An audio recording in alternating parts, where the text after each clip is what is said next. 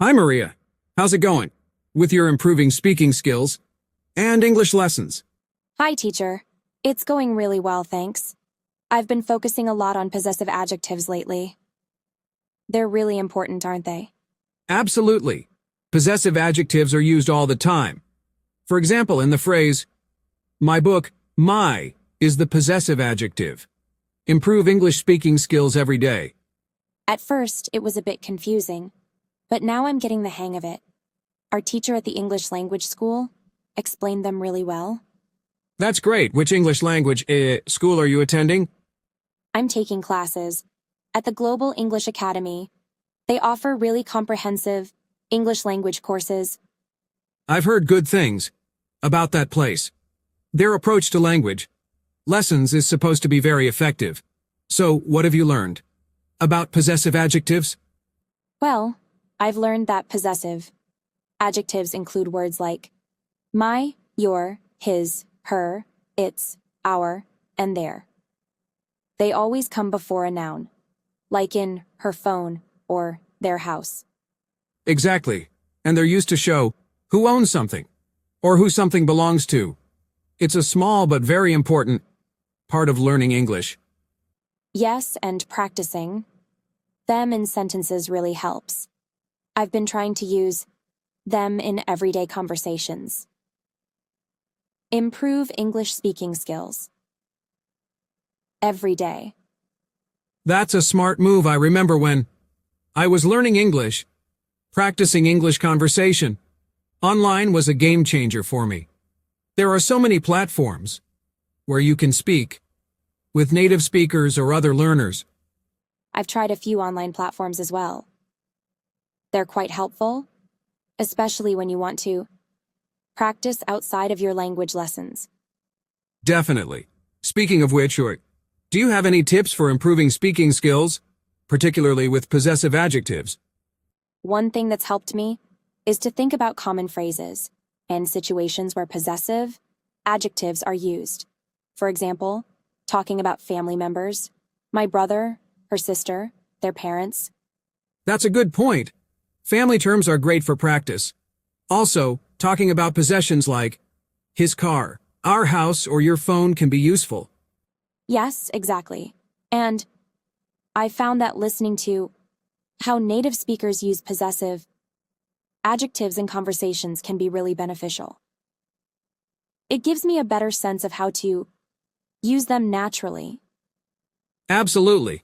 Watching movies, listening to podcasts, and engaging in English conversations online can provide a lot of exposure. Plus, it's more interesting than just reading from a textbook. For sure. My English language school also emphasizes the importance of practicing in real-life situations. That's why they encourage us to join conversation clubs. Conversation clubs are fantastic. When I was at an English language school, we had weekly meetups where we would practice speaking. It's a great way to improve your speaking skills and confidence. I've joined a couple of those. It's amazing how much you can learn just by talking to people. Everyone brings different perspectives and knowledge. Exactly. And don't forget to pay attention to feedback. When someone corrects you, it's a valuable learning opportunity. True. I used to be afraid of making mistakes, but now I see them as chances to improve. My classmates and I often correct each other, which helps a lot. That's a healthy approach. Mistakes are part of the learning process. The more you practice, the more natural it will feel. How about we practice a bit now? Sure, I'd love that.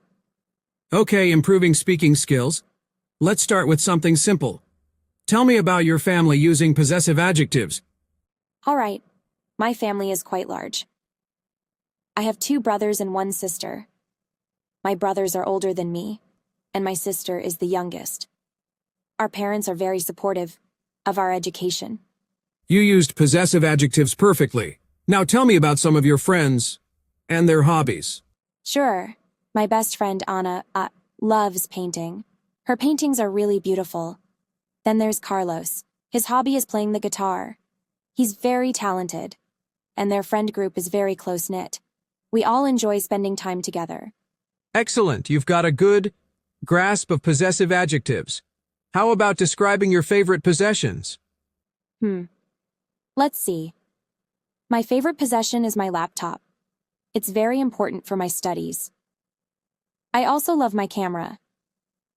Its quality is amazing, and I use it to capture special moments.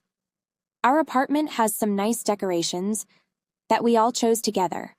Fantastic, Maria. You're really improving. Keep practicing like this, and you'll master English in no time. Thanks, Alex. Practicing with you really helps. Do you have any other tips for learning English effectively? One thing I found helpful was immersing myself in the language as much as possible. Whether it's reading books, watching TV shows, or even thinking in English, it all helps. I try to do that too. Sometimes I set my phone and computer to English, so I'm constantly exposed to the language. That's a great strategy. Also, don't be afraid to use language learning apps. They can be a fun way to reinforce what you've learned in your English language courses. I've been using a couple of apps. They're really good for vocabulary, building, and grammar practice. Exactly. And remember, consistency is key. Even if it's just 15 minutes a day, regular practice makes a big difference. That's true. I've noticed improvements when I stick to a routine. By the way, how long have you been learning English? I started a few years ago when I moved here. Attending an English language school was the best decision I made. The structured courses and experienced teachers really helped. I agree. The support and guidance you get from teachers are invaluable. Plus, learning in a classroom setting provides opportunities for interaction and immediate feedback. Definitely. And don't underestimate the power of practicing English conversation online. It's like having a language exchange without leaving your home. I've been doing that a lot lately. It's so convenient, especially when you can't meet people in person. Yes, and it's a great way to make friends, Maki, from all over the world.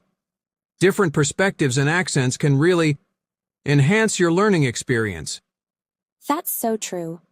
Speaking of accents, I sometimes struggle with understanding different English accents.